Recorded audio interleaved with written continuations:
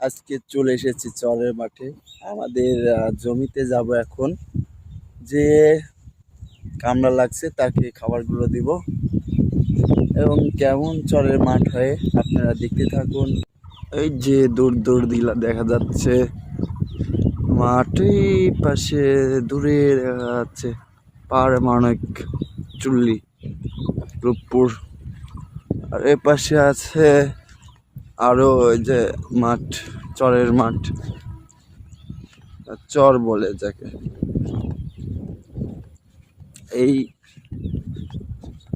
সামনে দেখতেই পাচ্ছেন এই পোড়াটাই হলো পানি আসলে ডুবে যায় একদম উপর পর্যন্ত। আর যখন পানি নেমে যায় তখন এই মাঠটি পুরো চাষ করা হয়, সবাই ফসল আবাদি করে। আমি এখানে এসে একটা বিপদে পড়ে গেছি। এই যে পানিটুক দেখছেন, এই পানিটুক পার হবো কি করে আমি তো বুঝতে পারতেছি না। সবাই যাই কেন, তো আমাদের জমিতে যেতে হবে, কিন্তু পার হবো কি করে আমি বুঝতে পারছি না। অনেক সুন্দর প্রাকৃতিক সব দৃশ্য দেখতেই পাচ্ছেন, পাখি, নদী এবং মাঠ। এদিকে কৃষকেরা কাজকর্ম করতেছে, কিন্তু এখন বেকাতে হচ্ছে এটুকু আমি পার হবো কি করে। দেখি ওই যে ওনারা আসতে দেখতে পাচ্ছেন, সাইকেল নিয়ে ঘাস কেটে চলে আসছে ওনাদের। দেখি কোন পাশ দিয়ে আসে, আমি সে পাশ দিয়ে যাওয়ার চেষ্টা করব। অবশেষে পার হওয়ার রাস্তাটি পেয়ে গেলাম এই পাশ দিয়ে। বহুদিন পরে আমি আজকে আসছি চরের মাঠে। অনেক সুন্দর, কিন্তু অনেক সুন্দর, ভালোই লাগতেছে।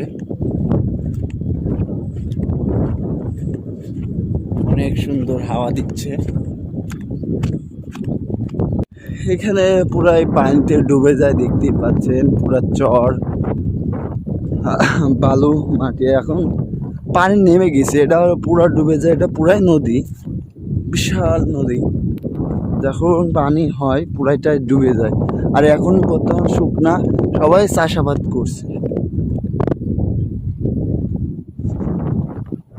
অসাধারণ, আকাশ নীল, প্রাকৃতিক দৃশ্যটা অনেক সুন্দর। আকাশ নীল, নিচে সবাই কৃষকেরা কাজ করতেছে, অনেক সুন্দর। আমি তিলের জমির ভিতরে হারিয়ে গিয়েছি। আমাদের জমি কোথায়, আমি অনেক দিন ধরে আসি নাই, আমি খুঁজে পাচ্ছি না।